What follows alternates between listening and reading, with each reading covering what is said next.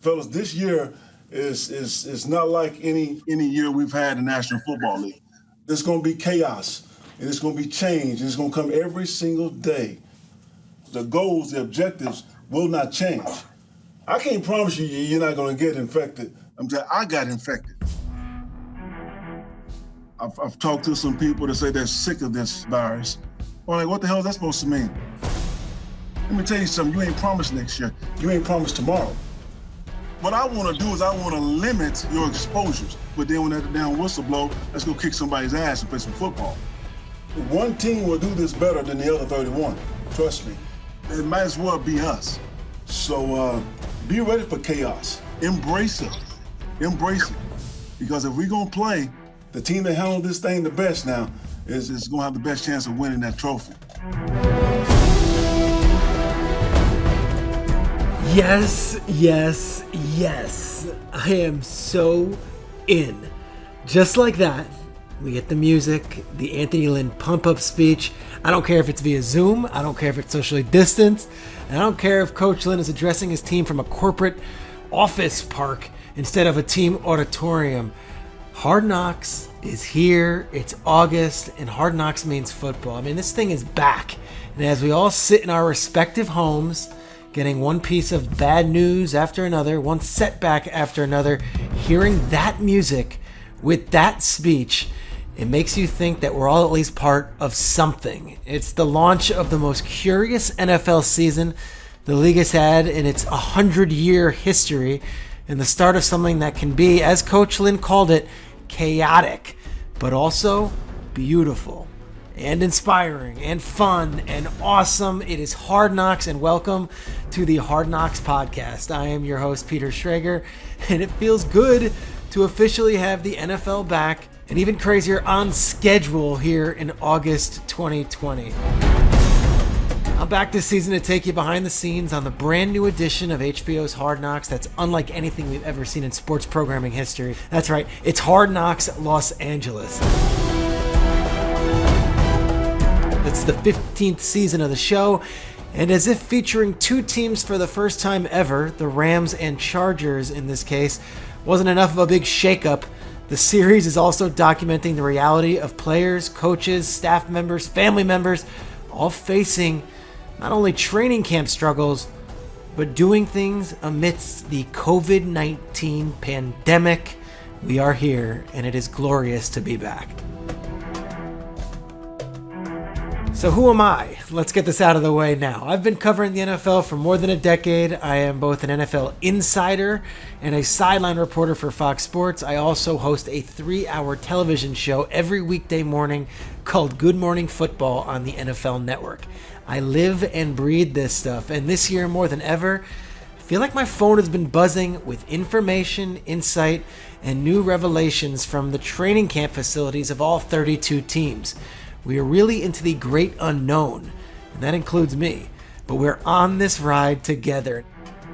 Every week on this podcast, I'll be reaching out to my most knowledgeable and entertaining contacts within the NFL landscape and beyond to break down each episode and provide an insider's perspective. This week, I'll be joined by one of the stars of Hard Knocks Los Angeles, Chargers head coach Anthony Lynn. Then at the end of the show, I'll give you my MVP of the episode and tell you what specific storyline I will be tracking heading into next week. All right, before we get to my conversation with Coach Lynn, and it's a good one, let's get right to it and talk about the premiere episode for what we've waited for all summer long, Hard Knocks Los Angeles. The writing on this show is always fantastic, and narrator Liev Schreiber starts us off with an exquisite line of prose. This summer, every NFL team will be walking a tightrope between preparation and pandemic. That includes the two teams in Los Angeles. Somehow, the Rams and the Chargers have to negotiate a world with no maps, no precedent, and no margin for error. That is awesome writing, and I have spoken to people in all 32 NFL buildings over the last few weeks, and I can tell you that is not hyperbole. For example, the Saints, they're down in New Orleans. They have all 170 or so staff members living in a hotel, the Lowe's Hotel, in what's considered a mini bubble until kickoff in September. Meanwhile, the Jets had a power outage after that windstorm in the Northeast last week that knocked out not only the ability to do anything inside the building, but for certain folks to even connect via Zoom. Then there are all those teams that internally are still hopeful that there will be fans in their stadiums and are trying to work out the plans for that on Sundays this fall. You see, all 32 buildings are different and no map is quote unquote right. And that's where the Hard Knocks premiere starts, with questions, but everyone doing the best they can in what is just a bizarre time in NFL history.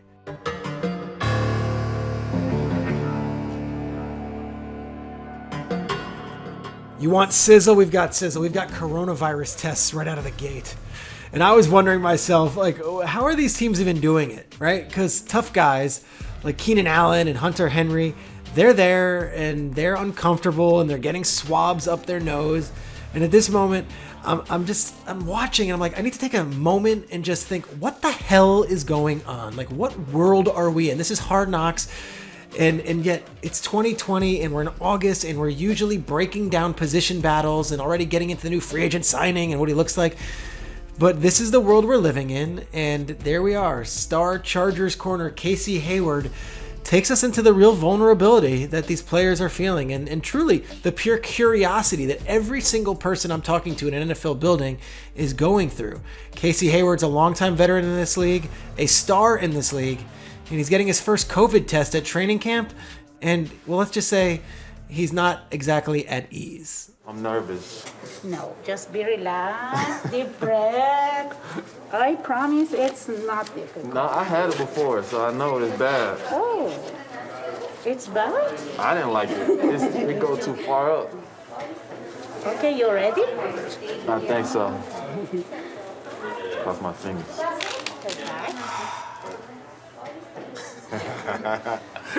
I gotta get prepared. No, for real, I gotta get prepared. Just deep breath. Okay. 1. Ready? Yeah. I promise. No, don't move, please. I ain't try to. See, for you guys at home, this stuff has been pretty taboo up until now. I work for the NFL Network. I've been watching a lot of ESPN. I have not seen COVID tests of players on camera yet. And there's been a rather tight grip on any talk of testing. And truly, this is the first footage we're getting inside these buildings. And Coach Sean McVay for the Los Angeles Rams says what we are all thinking about 20 minutes into the episode. This is so weird talking them through masks to you guys. And that's when an assistant coach presents McVay with a face shield. You've seen these face shields. They're clear and they're not exactly the cloth masks you wear on your face. Sean is talking to his old college buddy, Chris Shula, yes, Don's grandson and the team's outside linebackers coach, and he says to him, I'm going with this. And that's when the Sean McVay comedy hour begins.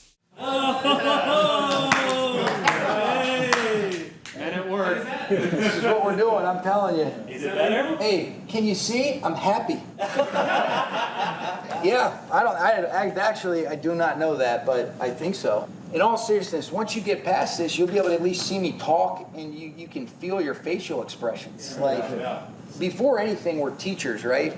And communicators. Well, never have I appreciated the value of nonverbal communication more than when you're trying to talk to guys behind masks and you can't see. Are they laughing? Are they crying? Are they you're like, tell me, what are you thinking right now? Pull the mask down so I can see, Where, I don't give a shit if I look like a total tool that should have a blowtorch over my shoulder.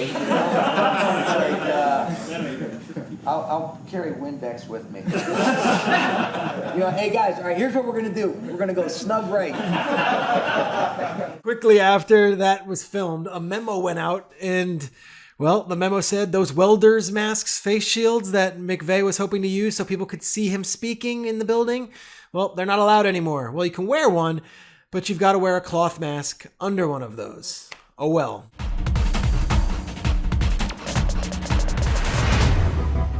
Let me break the fourth wall here. Before we even got started with this episode, I feared it would be a 60-minute Jalen Ramsey experience where it's just about Jalen Ramsey's contract, whether Jalen Ramsey's unhappy, how they're going to use Jalen Ramsey, what was promised to Jalen Ramsey. Well, we get the Jalen Ramsey experience somewhat. We get the highlight montage, the trash talk, the looming contract talk for a bit. And I know that will be broken down on another episode, but I gotta say, I love the Joey Bosa experience on this episode far more. Call me an optimist, but I've been hearing about Jalen Ramsey's contract going on 3 years now, and his frustration with reporters, highlighted by him walking out of a Zoom session on the episode, is sort of how I feel on the topic too.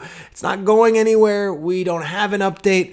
Let's just let it be for now. Bosa, taken 2 picks before Ramsey on draft night in 2016. The Chargers star defensive end gets a new contract on this episode, and the NFL Films cameras are there for the moment where the ink hits the paper. All right, can you look out? My mask. You smiling under there? Yeah. I'm fogging up. Oh my gosh, you are. Yeah. I mean, the best moment of it all was when my dad called me and I picked up that phone and he was just so happy. And it was really cool. It was a really cool moment. I'm never gonna forget it. I love seeing Joey Bosa get emotional because you don't see that side of him often. He's actually a man of very few words. And this was cool access. And there's more to this story. And here's the inside skinny. No one saw this contract coming. Holy cow, how far Bosa and the Chargers have come since his first contract discussion with the team back in training camp of 2016. You see, Bosa was a holdout as a rookie, and things got ugly rather publicly. 4 years ago, in late August, things were so far apart that Bosa's agent, Brian Eirault, put out a statement that read as follows, quote, "It is unfortunate that the San Diego Chargers have decided to manipulate facts and negotiate in the media.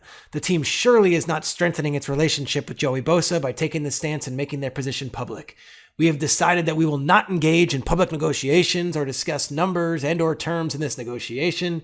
We will say that it is ironic that the team now takes issue with the timing of Joey's arrival, since the Chargers unilaterally decided to remain silent for the first 14 days of training camp instead of replying in a timely fashion to the proposal we made on the eve of training camp on July 28th, and so on and so on and so on. A scathing statement. Bosa wouldn't sign his contract until September, and he would have a good rookie year and go on to have a nice couple seasons in the NFL.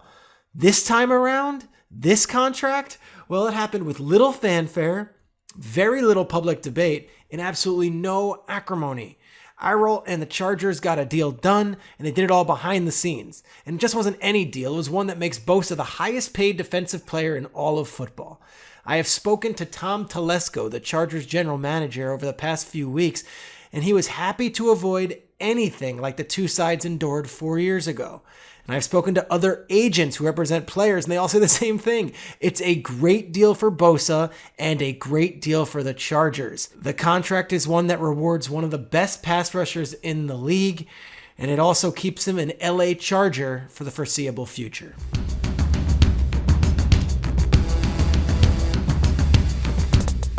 It's around the 40-minute mark of the premiere where we get to the biggest news and the first real revelation of the episode. Chargers coach Anthony Lynn had COVID-19 earlier this offseason. Team psychologist comes in to discuss the mental and emotional effects of having the virus that has infected now more than 5 million people worldwide. Coach Lynn, What up, bro? how you feeling, man? I'm good. Good. I didn't know you had the virus. Yeah. No, sir. Yeah, I didn't tell nobody, but yeah, I have. You feeling completely cool? I'm just not starting to feel really like I'm back. So how does it, I mean, like, you know, you read about it, but you experienced it. What happens?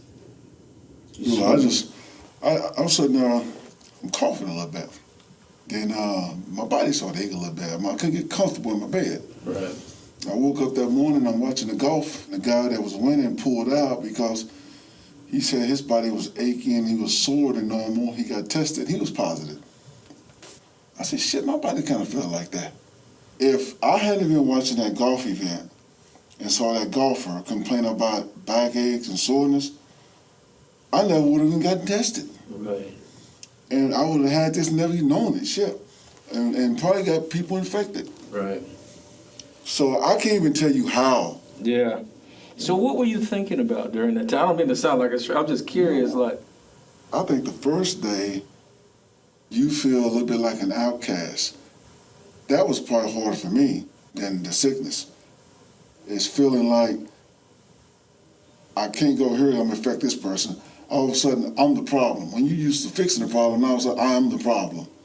Anthony Lynn is a leader of men. I've gotten to know him over the years, and when he was hired as the head coach of the Chargers, I was beyond happy for him. He is a Bill Parcells disciple, but a man who has charted his own path. When the Chargers played the Titans in London 2 years ago, we really hit it off overseas, spending a lot of time together and sharing life experiences. I consider him a friend. Pete, how you doing? Anthony Lynn and I have spoken a bunch this offseason, and I'm a reporter. I'm supposed to break news. I'm supposed to know things that others don't. Well, I had no idea he had COVID-19, not until I viewed this episode. I also didn't want to focus too much on that news when we had our conversation. Instead, I wanted to hear his impressions on this bizarre season, filming this TV show under these circumstances, and what it's like being finally back in his NFL building. Coach, so as we see on episode 1, you guys are back, but it's not quite back to normal. What it's been like now entering the second week of August and what training camp's supposed to be, I can only imagine this great canyon of differences. How's it been? And what we saw in episode 1, is that what you expected, or is it even far more different than what you walked into here? I tell you, it is a different feel because everyone has to be patient.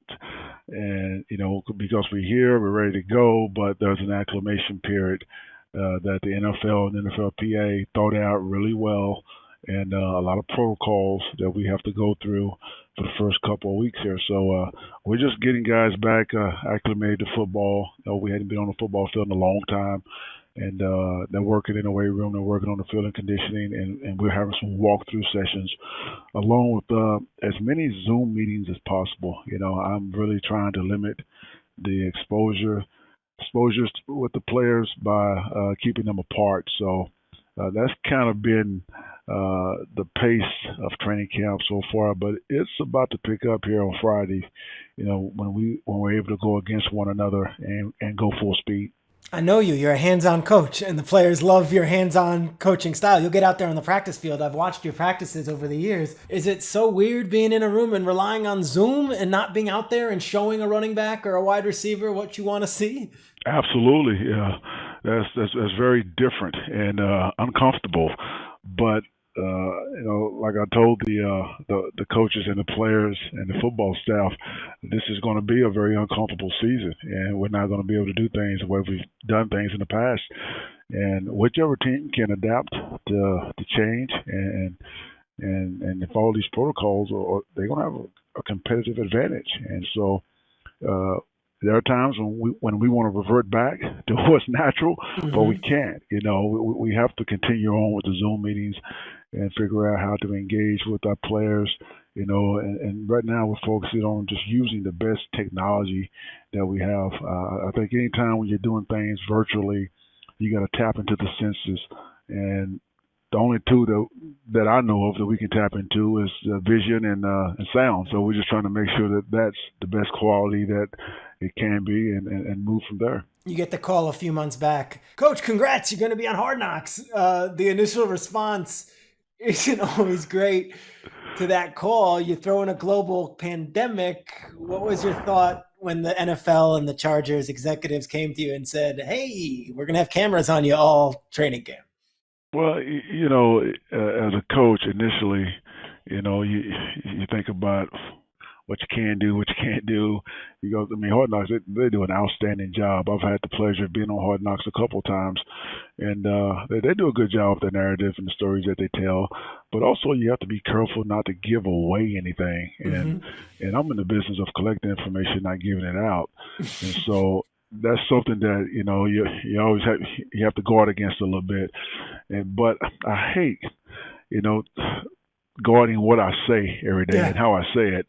So because I do have a relationship with some of the Hard Knocks people from the past, I just trust that they're going to put out the best story and paint the best picture of the team, both teams, the Chargers and the Rams, that they can. So I'm just letting it fly, man, and whatever content they get and use, they use. But I can't, I can't fake it. So yeah, you can't censor yourself or walk on eggshells. And you learned from maybe the greatest Hard Knocks character of all time. You were an assistant on Rex Ryan's team when they had Hard Knocks. So what do you remember from that year? That's the whole Darrell Rivas deal. That was the let's go get a snack. Like you're watching this on TV, but you were in the building. So what do you remember from Rex as a head coach from Hard Knocks? Rex, what you saw from Rex, and I do believe, Peter, that's the highest rated Hard Knocks of all time.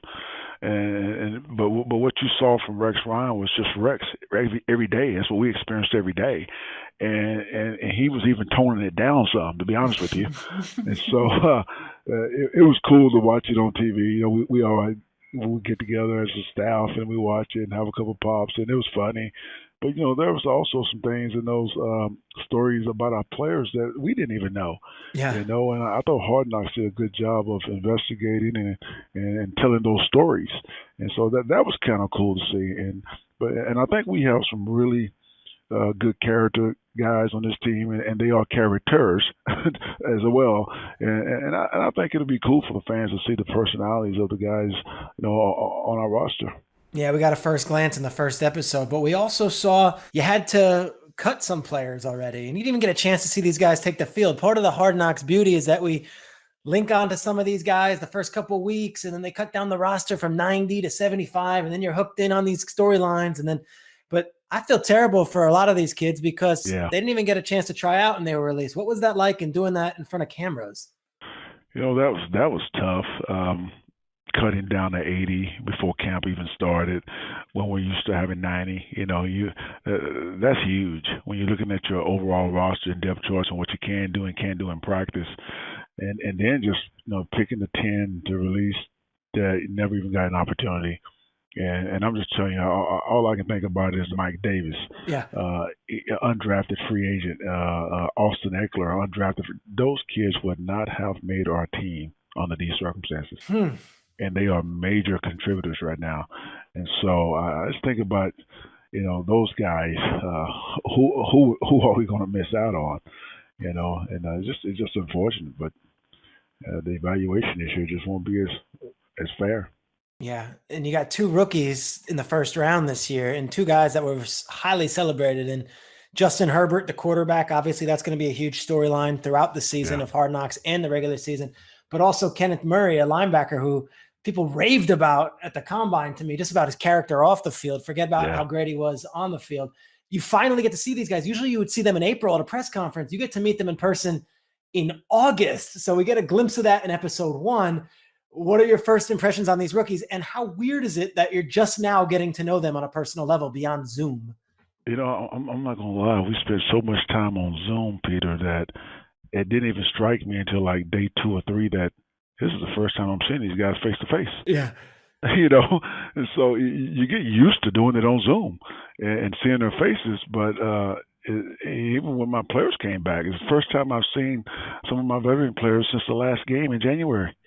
It's just unbelievable that it's been that long since we've been together. But all the Zoom meetings over the off season, you know, that it kind of paid off, and that's the difference between the lockout back in 12 and now is that, you know, we have Zoom, and then technology is so much better, and so we were always in constant contact. But it was cool to see them in person, though, you know, and these guys look good. Now you can tell the ones that are in great shape and the ones that may need a little help. Yeah. So we know that the Chiefs, the Raiders, and the Broncos are always going to be the rivals.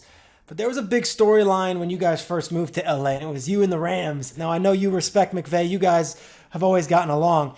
But with both teams opening a new stadium, both teams getting new uniforms, both teams sharing the Hard Knocks stage, is it safe to say there's at least some competitive juices with the crosstown rivals this year? I mean, yeah, we compete, and they're competitive. We're competitive, but there's a tremendous amount of respect, you know, for that organization. I know so many good people over there. Hell, I interviewed for the job over there as well, and I was about to go back for a second interview until the Chargers, I got this job. But I have a ton of respect for that organization. And Sean McVay, I've known him forever. His grandfather was GM in San Francisco when I played there, and so Coach John McVay. So. Yeah, but are we competitive? Hell yeah, we're competitive. I've gotten to know you quite well over the last few years. You're considered one of the great men, coaches, husbands, fathers in this league. But a lot of fans watch Hard Knocks and don't necessarily follow the NFL. It's a lot of fans who watch HBO and they're like, all right, I'm into Succession. I'm into Room 104. I'm going to watch Hard Knocks. They're going to get to know you.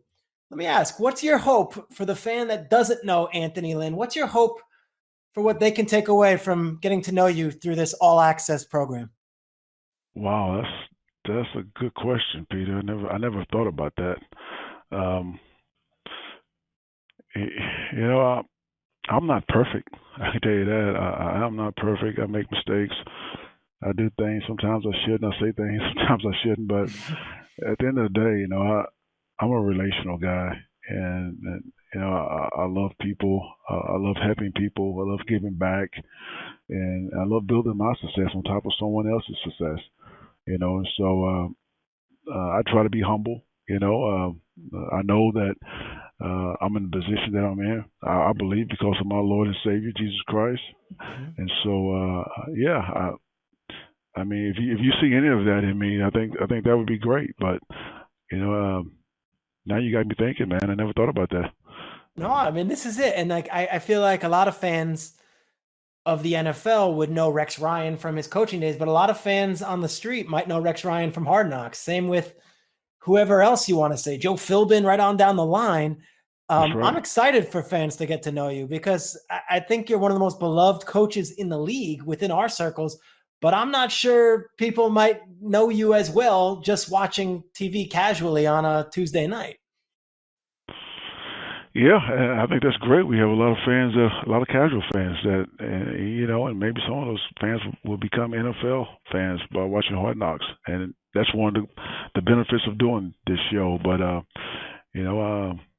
shoot, man, I love what I do. Very passionate about what I do. And I think I have a really good coaching staff. And I just to see the relationships, the camaraderie, and, yes, it's important to be strategic and have a sound philosophy and vision and be able to carry it out and all that. That's coaching. That's second nature to me. I would expect people to know that. But just as a man, just someone to treat people the way he wants to be treated. And that's all I can say. My last question. Every week on this show, this podcast, we're going to give out the MVP of the week. And it's not who had the most catches at practice or who was the most accurate. It's who was the biggest personality. You've got a huge group of people around you, 180 staff members all throughout training camp. You're all going through this pandemic together. Give us a little early prediction. Who do you think is going to stand out the most on Hard Knocks once the cameras go on? Oh, I'm trying to decide between a handful here. You've got Melvin Ingram. Yeah. He is a character now, and his teammates love him to death. Pro's pro, though. You have Keenan Allen. He doesn't say a whole lot until the cameras come on. And then you have a guy that's gaining a little momentum in that area. Is Austin Eckler. He's becoming a little more vocal. Denzel Perriman. Yep. He's a guy to look out for in that category. And Michael Davis. I'm learning. He's kind of like the teen clown a little bit. So he's some good competition there for that MVP. I can tell you that. I love this. You've got Austin Eckler, an undrafted running back. Mike Davis, as you mentioned, undrafted corner at a BYU. And then you got some of the bigger names on the team. Coach, I appreciate you taking the time, as always. You're one of the best characters in this league, and you really are a true ambassador of what the Shield represents. So thank you for, A, doing this podcast, and B, opening up everything and giving all access to the NFL Films cameras so that HBO can broadcast this show. And you're not going to hide anything. No censorship, which I like. That's what we ask for. Okay. All right, Peter. Always a pleasure talking to you, my man. And that's Anthony Lynn, an all-time good dude. But as you heard Coach Lynn mention, Making the first round of cuts was exceptionally tough this year, partly due to the new COVID-19 protocols in place. When the league and the NFLPA agreed to eliminate preseason games back in July, it was also determined that the teams must cut their rosters from 90 players down to 80 players before full contact could even begin.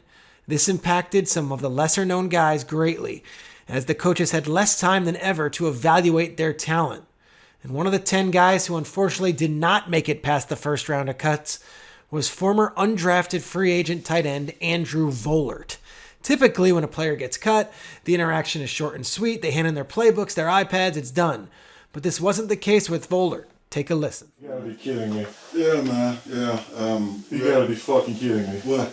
I just work my ass off and I know I can play. And I feel like I was showing that last year. I mean, obviously I'm not gonna change your guys' mind, but. Well, no. You're still on the work. You're still on the list. So we just gotta let 6 people go right now. Yeah. You gotta understand, there's gonna be a lot of transactions this year, my man. And anybody that's been here and know this system just a little bit, we're bringing back first. But no, we had to get two guys at your position, and you just, the youngest was at the bottom. But if someone goes down, someone gets hurt, we'll bring you back in there quickly. So I appreciate the fact that you're pissed off because you work your ass off. I agree with it. I agree with you on that. Yeah, you can play, but right now it's just a numbers game. And we will bring you back if something goes down. All right.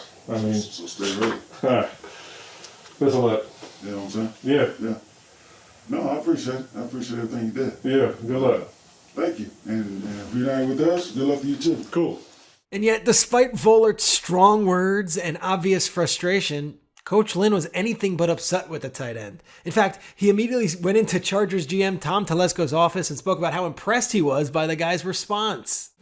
Let's keep Andrew on the short list. He was pissed off with me. He walks in and he says, "Is this what I think it is?" I said, "Yeah." I'm standing here and he's like, "That's fucking bullshit."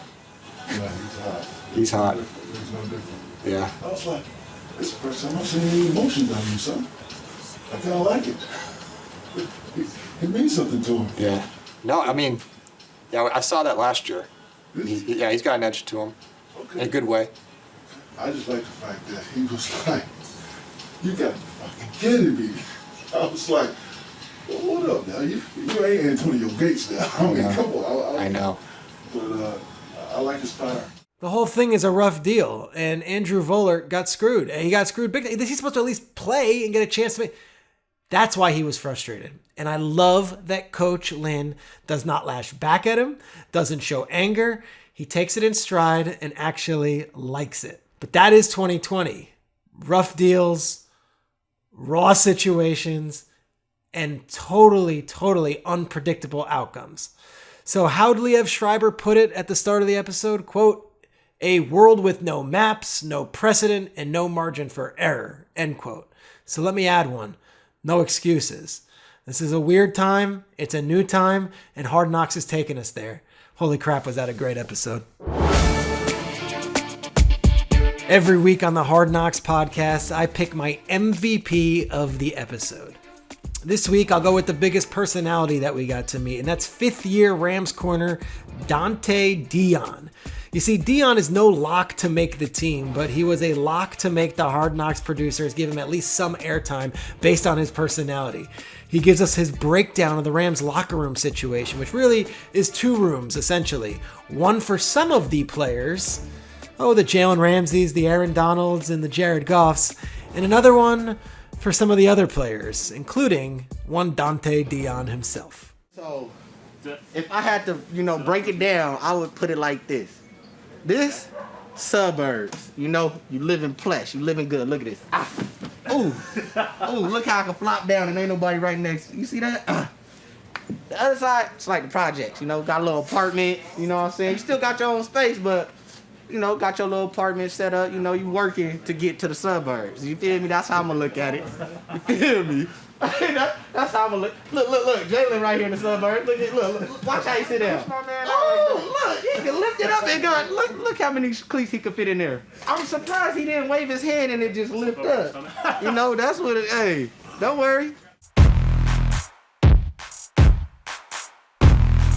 In addition to naming an MVP, each episode we like to wrap the show by giving you something that I am fascinated by and think is worth following for next week. What I'll be watching this week is how these teams are going to stay as disciplined and as prudent as they've been once full contact starts. You see, we've only seen the walkthroughs in these NFL buildings, and the Rams and Chargers are basically doing football on air, and everyone's been on their P's and Q's. But as Coach Sean McVay warned at the end of the show, if anyone slips up, what happened to the Miami Marlins, an outbreak throughout a building that could happen so fast, could really happen to a football team even faster. And I loved McVay's vulnerability at the end of the premiere episode. He admits on camera that even he, the leader of men in that building, needs to be better with wearing his mask and abiding by the rules. You see, walkthroughs and Zoom sessions, they're all good, but next week, these guys are actually going to be playing football, and the coaches are going to be coaching football, and the competition will rise as players are getting released, and not just undrafted guys that might think they're making the team. And as we've seen across the country over the last 6 months, when things start opening up a little bit, there seems to be a natural tendency to loosen up a little bit. See, I'm beyond impressed with both of these teams, and really the league as a whole in all of its efforts in protecting players and staffs in all 32 buildings. The protocols, they seem to be set, and the players and the coaches and the staffs and the medical workers, all there on the premiere episode, they all seem to be abiding by it all. But it's only been a week. We've still got 4 more weeks before actual NFL football and 4 more episodes for Hard Knocks, and that means ramped up physical contact, higher tensions, and a greater chance for what Anthony Lynn alluded to in his opening monologue: chaos. So my advice to everybody, buckle up and don't celebrate success too soon, because football is just getting started.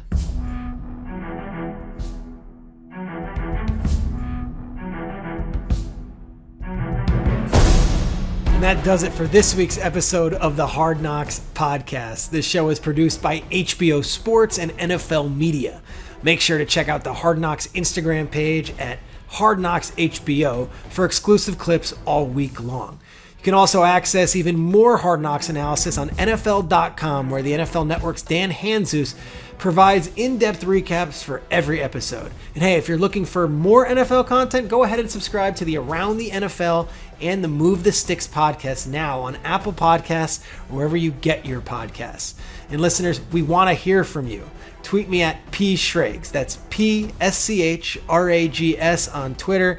Maybe there's a guest you want to hear from or a specific question you want answered. I'll do my best to book that guest or answer that question. I am your host, Peter Schrager, and make sure to watch episode 2 of Hard Knocks next Tuesday at 10 p.m. Eastern on HBO and stream it on HBO Max. You can find the Hard Knocks podcast on Apple Podcasts, Spotify, Stitcher, wherever you listen to your podcasts. Don't forget to subscribe, rate, and review. We're going to be back with a new episode next week. Thanks for listening to the premiere episode.